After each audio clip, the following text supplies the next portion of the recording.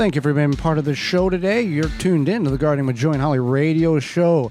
Before we get in the world of pickling, first, a message from Farm Defense. Farm and garden in the ultimate comfort. Farmer's Defense has lightweight and durable sleeves made to protect you against the elements while farming. Farmer's sleeves are unparalleled protection of arms and skin for any farmer, gardener, or outdoor worker. Not just farmers, backyard gardeners can take great advantage of what they have to offer. Absolutely. Say goodbye to irritated skin and sunburns in the garden.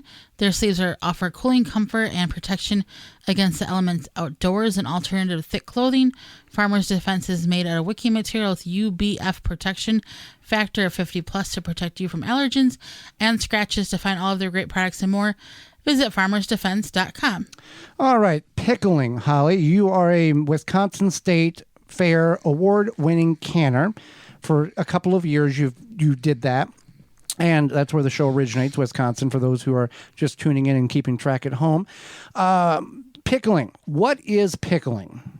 Sure. So pickling is any type of food preservation that occurs when you add an acid to a fruit or vegetable for the purpose of food storage. Is pickling different than fermentation? And if so, how are they different? So pickling is typically where you're adding an acid like a vinegar or with some salt or some lemon juice. Okay. And then, so you're adding the acid. Fermentation, you're letting the acid occur naturally. Okay. So, can you ferment and pickle the same items, just getting different results? Yes. So, like the biggest example here would probably be cucumbers. So cucumbers is one. Root crops like beets. Jerusalem artichokes. Yeah. I think people have even fermented carrots, things like that. I know some people even ferment salsa. So cabbage. Yeah, you get cabbage. sauerkraut. So there's a lot of things that you can ferment, and then you can also pickle as well. Okay. What tools does one need to pickle? And since we're kind of touched on the fermentation, are those tools similar if you're going to ferment? And which is easier, to ferment or pickle? Or there's a lot of tackling here of topic. Pickling. What tools is needed? So for pickling, you would need typically some sort of mason jar situation. And then you need something to put the jars in if you're going to can them for shelf stability. But you don't have to do that. Okay. But if you want to do like refrigerator pickling, then you don't need a canner. And then you need different things like vinegar, sometimes sugar, salt, spices, that kind of like cooking mindset there. A ladle to ladle things into the jar, knives, most stuff that a well-stocked kitchen would have. So when we're refrigerator pickling or water bath pickling, is the duration of time needed for the application to get to the pickle state the same, or is it different?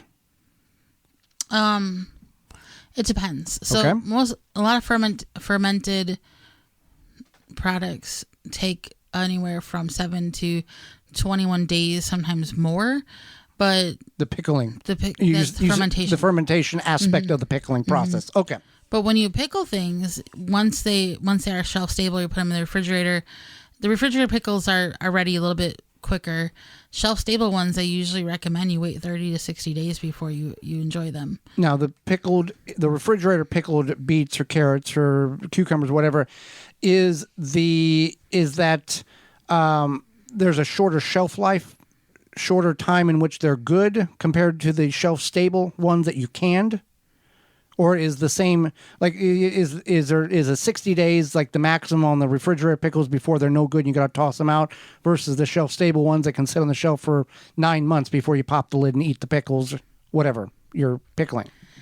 Yeah, so the refrigerator pickles are usually good for, I think, like 60-ish days, just a couple weeks. Much shorter than the shelf stable ones that you've water bath canned. Yeah, those are meant to, especially because I think after a while they would get mushy, a lot of them, but they are meant to just be, kind of oh, I made these are my treat for the next however long. Now, and we're not doctors, so we're not going to advise medical advice here. We're giving our advice. So if you're concerned, seek medical professional advice on what this process does for your body. But in your opinion, Holly, what are the benefits of pickled food? And do your own research again and ask your doctor if you're wanting a specific outcome. To your opinion, what is the benefit of a pickled processed food versus, let's say, a fermented food that you process? I don't know if there's any exact. Why would one choose to pickle outside of? Why would one choose to pickle beets or carrots or something? Sure. So I think you're talking about fermentation. Yes. So pickling is a process, again, of adding the acid. So you're adding vinegar, salt, spices, etc. Fermentation is where it creates its own acid. And in those acids, lactic acids are beneficial probiotics a lot of times, and it's beneficial to your gut health. So that's what the benefit is to fermentation. And that's anything from making your own yogurt to pickling to fermenting, doing fermentation pickling. Mm-hmm. And then even making something like a kvass or a kombucha or kefir. Those are all the lactic acid fermentation process. So if maybe you started drinking kombucha because your friend drinks kombucha, it is a fermented beverage. But kombucha is not a pickled. No, it's not. It's not pickled, but it's in that realm. So pickling and fermenting is under the same umbrella, but have two separate dimensions under that umbrella. Is that accurate? It's under the same umbrella, but there's two different offshoots of under that umbrella of what those are. It's just a way of it's a fermentation type of thing, and it's a way it was originally done to preserve foods for long because there was no refrigeration of any sort. Right. So that acid that's in it that gets created is basically a way to make them more shelf stable and last longer. Now you've made sauerkraut, and that's a form of pickling. And you've done it, and it turned out relatively decent. Mm-hmm. I guess would pickles be, or cucumbers turning into pickles? Would that be the easiest form of pickling in this? Pickling or fermentation? Whatever for pickling.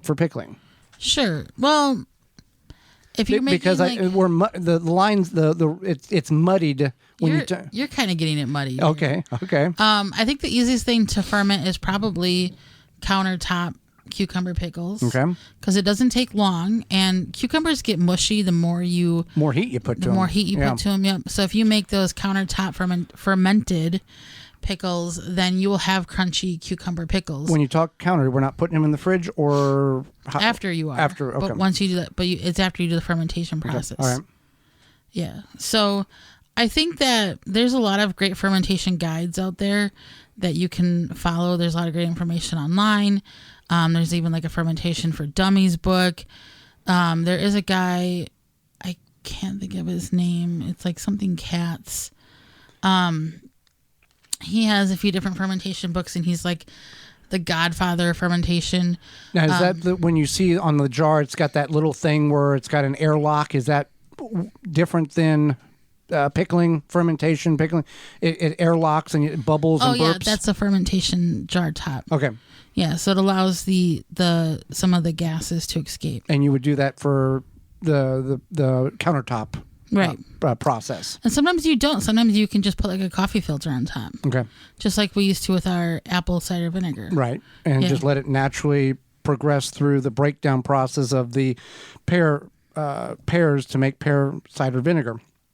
So fermentation, pickling, they're kind of the same. They're kind of different. But his name is Sandor Katz. Sandor Katz? Yeah, Katz is Katz. And he's got Wild Fermentation. That's one of his like huge known books. And then he's been on like a bajillion radio shows, interviews, etc. He goes and does live talks and presentations. But yeah, if you ever want like a really good guide to fermentation, to wild fermentation, that's sand or cats. And even like sourdough bread is a way of fermentation. So there's a lot of ways to ferment things. And it can be beneficial again to your gut health. And that's something you want to research and look into on your own. But I do highly recommend fermenting if you want to do kind of like a passive pickling and you want to kind of feel like you're doing something in the kitchen. Fermentation is fun. But if you, with any of these procedures, there can be things that will or potentially can go wrong to ruin the batch or spoil the batch. Yeah, mold. And then if you get mold in your jar of fermented countertop pickles, you don't want to eat those. Right. And you also, don't want to just scrape it off. You just don't want to eat And them. also, isn't there some truth to if you have multiple jars going that you need to space them because sometimes it can interact with each other and cause one to go bad, or is that just a myth? I think that's a myth. I think they would actually just feed off of each other and possibly ferment faster. Okay. Yeah. Well, there you go. If you've got any questions, it's kind of a subject that has many different layers to unravel on it, and we've tried to give you a taste of, no pun intended, of the fermentation pickling process in whichever way that you go. Well, if you want to control beetles and grub invaders without affecting the rest of your ecosystem, Holly, in your yard, then go to Grub Gone and Beetle Gone. They are the solution. Yeah, Phylums Grub Gone and Beetle Gone they target a wide range of invasive and destructive beetles, weevils, and borers without harming non-targets such as bees, ladybugs, butterflies, earthworms, or other beneficial insects. You can purchase these products locally in Massachusetts at Ward's Nursery, McHugh Garden Center, and Hyannis Country Garden. In Connecticut at Van Willigens Garden Center. In Maine at Salisbury Organics. And in New York at Fadigan's Nursery, and in Ohio at Berlin Seeds. If you go to phyllumbioproducts.com, you can find all the information. Phylum Bioproducts target the pests, not the rest. PHYLLOM bioproducts.com. For more information, please visit thewisconsinvegetablegardener.com.